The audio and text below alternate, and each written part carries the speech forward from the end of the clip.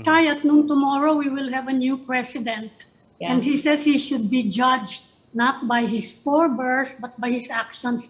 Are you expecting any significant change in the way the media is appreciated by the government?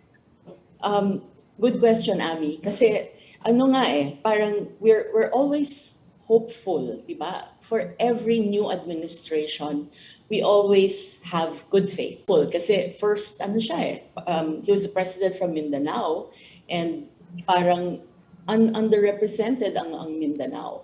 And it was a good opportunity. And medyo nakaiba si Duterte. Admittedly, meron siyang novelty as a president, no? Kaya lang, yun na nga, nag-deteriorate, no? So, same thing for this new administration. I think meron ding ganong optimism and hope that that Mr. Marcos, Bongbong Marcos, would prove to be different. And if we look at the appointees, for example, yung economic team niya, medyo promising naman in fairness. Parang these are not neophytes. They're veterans. They know how to deal with economic issues, and hopefully the other appointees also will be as capable. In any case, Chay, we're almost out of time, and as Attorney Lim had said earlier on, this is precisely the question that will still be argued before the higher courts. I'd like to take it back now to Rappler and the implications of the current situation. On the one hand, this came down, the affirmation from the SEC.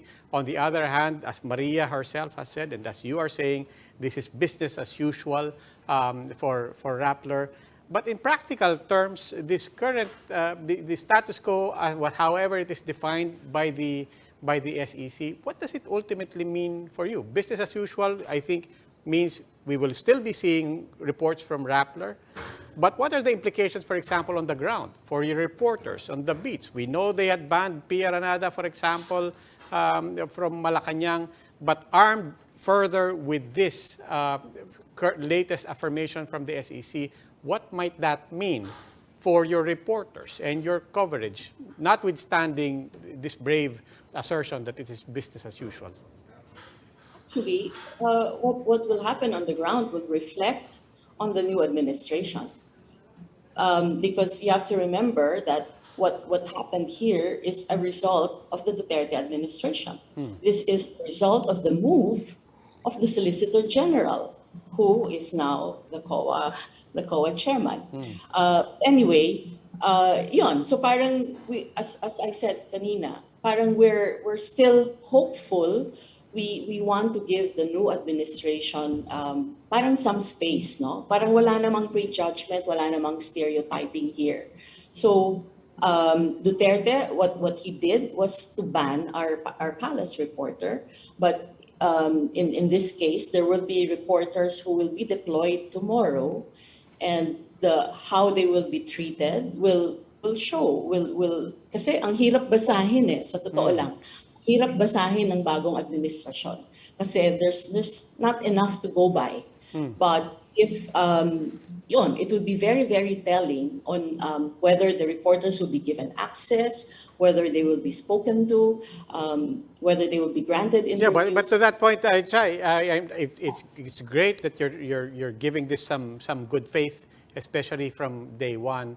But are you therefore saying you are not taking, let's say, their conduct during the campaign as an indicator or something that portends how they will in fact, because we saw how your reporters were banned, not just your reporters, but other reporters trying to cover the campaign. We saw how Lian Buan was rudely treated by the spokesperson. Are you saying that your goodwill and your good faith extends as far as saying that you will not take that as an indicator of how you will be treated in the beats? Sure, it is an indicator. Pero as I said nga, minsan iba Iba yung when you're on the campaign trail and when you are actually president. When you're in an actual position of power and you can make actual decisions. So parang nandun, meron pang ibibigay na kaunting, kahit kahit kaunti na space siguro, parang show us that you are different from the previous administration. And if you are not, then we will adjust, we will deal with it, we will deal with that situation, and hopefully we will still thrive in that situation.